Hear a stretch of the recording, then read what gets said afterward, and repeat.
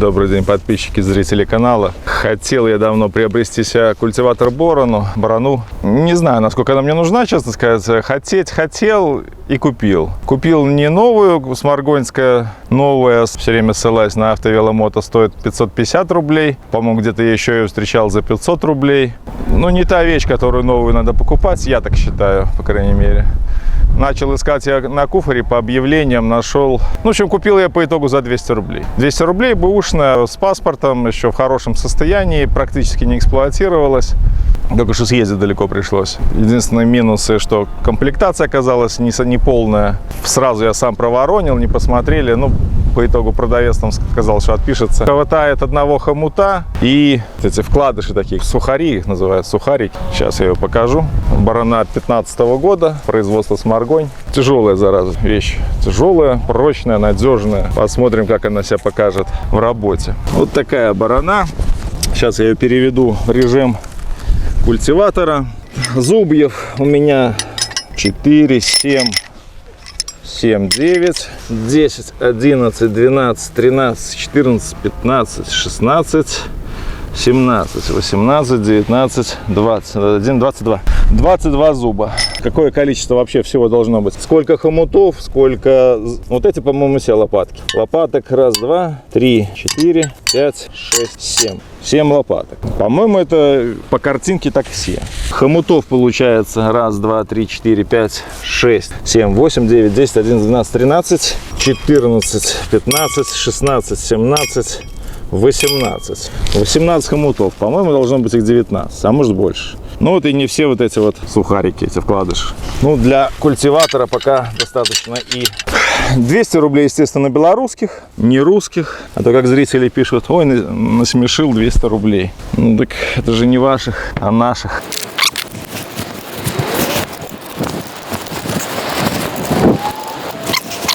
Некоторые хомуты с ключом на 22, некоторые на 24. Это может быть сделано под культиватор.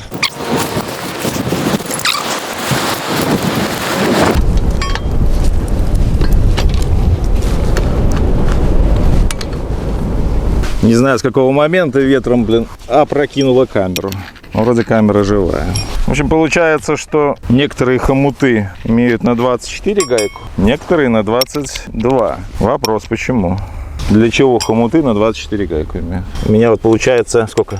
5 хомутов имеют гайку на 24. Логично предположить, что лопаток 7, значит и хомутов, которые имеют гайку на 24, должны быть 7. Получается, у меня недокомплект 2 хомута. Насколько важно иметь гайку на 24 в хомуте? Хомуты идентичные. Металл у хомутов одинаковый. Отличие только в фиксирующей гайке. Она тоненькая здесь, и где на 24 она широкая. А нет, здесь то же самое. А здесь гайка широкая, но болт на 22.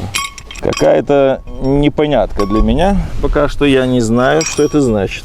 Ну, по самому усилию, если взять болты, все болты одинаковые. Сечение у всех сколько тут? М16, наверное. Только гайки разные. Непонятно. Будем устанавливать в режим культиватора. Да, ну давайте возьмем туда, где и гайки широкие. Добавим такие же.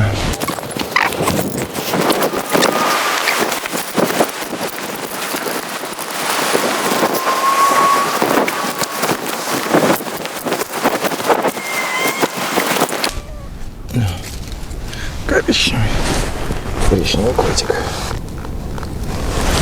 Приблудный котик пришел помогать.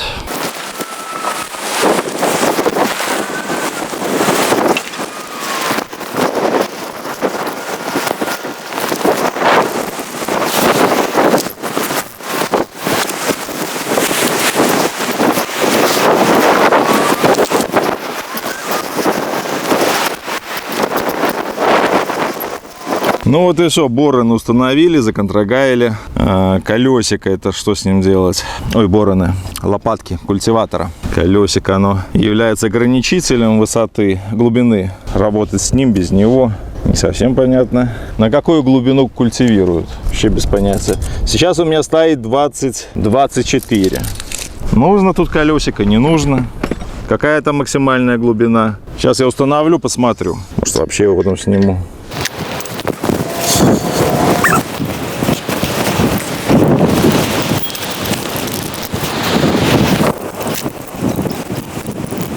такими перекидываниями лучше, наверное, вообще иметь две сцепки. Одну под плуг, вторую под окучник, третью, что под борону.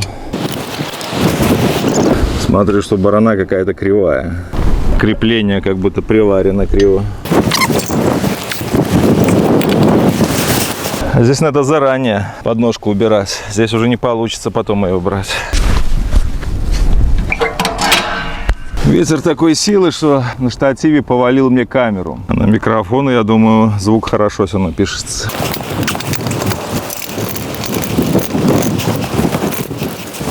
Зритель писал, что на грохотной копалке у него аж корень выломало, потому что тут поднялся. Так что надо фиксировать обязательно, чтобы такого не было.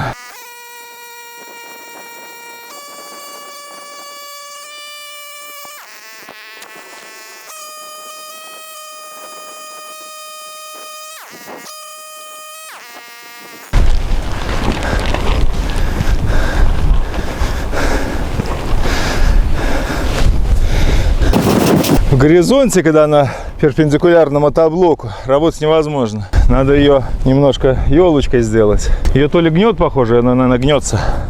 Надо ее немножко облегчить, слишком тяжело. У меня, как оказалось, тут огромное количество еще кореньев после очистки огорода. От всего, что тут было, все, что тут росло. Он сейчас кучу собирает и перед собой тянет. Надо поменять угол атаки. Левую сторону переведу на предпоследнюю. Правую можно... Она немножко искривилась из-за нагрузки, скорее всего. Из-за чего ж еще.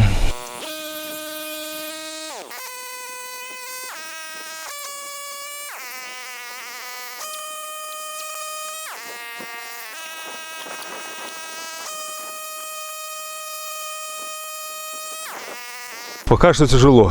Еще тяжелее, чем с плугом. Чуть она одним носом зарывается, тут же ее начинает крутить в ту сторону, каким зарылась. Надо все время ее поддерживать. Надо колесо ниже опустить, и может чуть ли не остановиться на нее, чтобы весу давать и на левый, и на правый конец. Так колесико вообще едет в воздухе, висит, но ничего не делает пока что, не функционирует.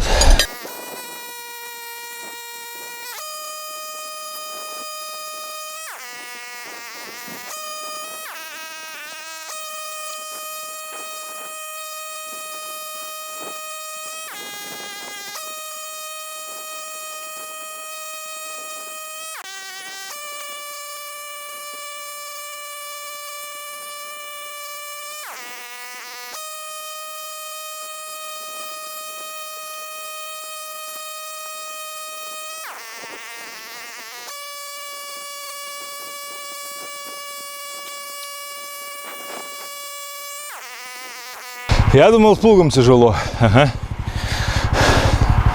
Нифига, с плугом легко. Борона. Нет сил. Пробовал на второй работать, вообще сдыхаешь. То влево, то вправо кидает, блин. Ну, когда второй раз едешь, уже легче. Первый раз вообще там кореньев в море стягивало. Ну, правда, стягивает лучше всего на второй, на первый постепенно они отстают. Повторно проезжаешь, конечно, полегче. Но вообще очень тяжело. Что-то совсем. Ну, почва еще плохо обработана. Возможно, когда огороду будет 5-7 лет, там уже все будет красиво. Ну, пока сейчас.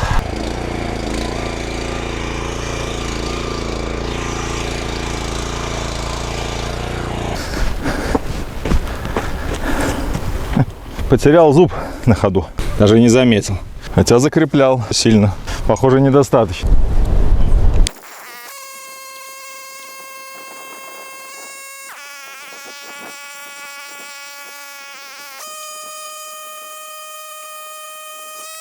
Такая вот сельскохозяйственная романтика. Мышцы накачаешь, вся дурь из головы выйдет.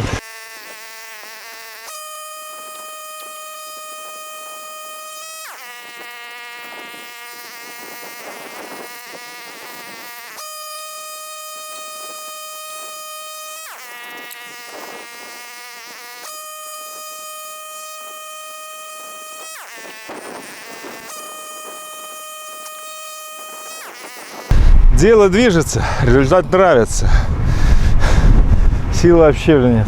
Может, руки кривые, может, борона кривая. Черт знает. Когда вот по ровной поверхности идет, даже туда становишься, туда уже прям легче так становится. Чуть куда колесо нырнуло, тут же лопатки начинают черпать, и тут же его выкручивает. Прям по асфальту только надо ездить с этой бараной. Опыт нарабатываем, конечно же.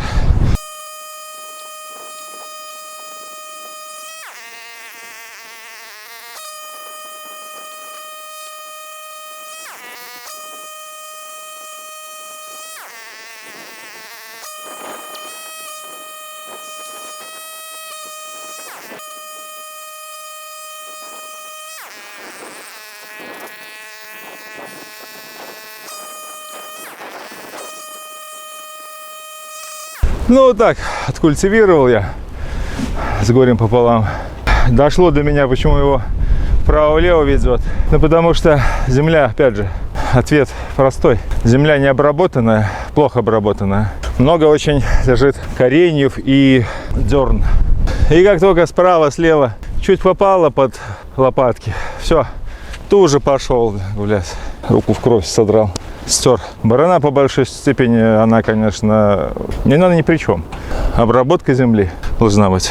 Барана уже нужна, когда у тебя огороду несколько лет. Когда ты полностью его возделываешь, не допускаешь зарастания. Вот барана, да. Сейчас вот получилось тяжело. Но я думаю, что последующие года будет все будет good. Жалею ли я купил, что ее или не жалею? Ну, за 500 рублей, конечно, дороговато. Но за 200 рублей не жалею. Да я вообще уже давно ни о чем не жалею. Себя жалеть, вся жизнь мимо пройдет. А ты будешь сидеть себя жалеть. Пока ты здоров, пока здоровы твои близкие, чего себя жалеть? Все можно перевернуть. Здоровья мне хватает, дурости еще больше. Работа хоть и очень тяжело сейчас было, но мне нравится. Тем более на перспективу она станет легче. Это сейчас пока тут доработки, переработки. Сейчас еще по радику съезжу, наверное. В быстрой перемотке это покажу. Да, в самом начале самая удобная позиция — это когда ты почти лежишь. Вот ты лежишь и ловишь мотоблок, чтобы он чуть начинает кривить, чтобы его успеть словить. Вот второй раз, третий раз уже легче. Уже сразу легче. Уже этих дерна меньше. Уже растянуло его там. Так что тема годная.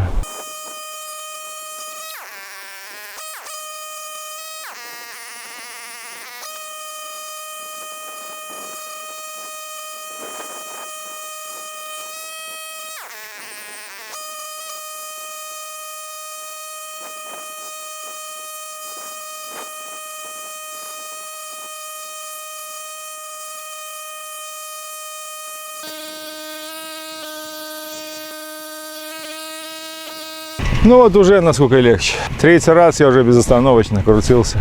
В общем, барана тема рабочая, но для целины неподходящая. Сильно тяжело. Сначала надо чем-то землю разработать. Без утяжелителей также дополнительных, я думаю, она будет бесполезна. Скорее всего, будет на месте стоять. Либо подпихать надо. Я и так-то подпихивал. Также блокировка дифференциала и разблокировка очень удобно при разворотах. Есть мотоблоки сразу заблокированы, там люди ставят как-то полуоси, которые так до какого-то момента могут прокрутиться. Это не то. Дифференциал должен быть, либо ты его разблокировал, либо ты его заблокировал, а не какая-то вот полутушка такая. На этом все.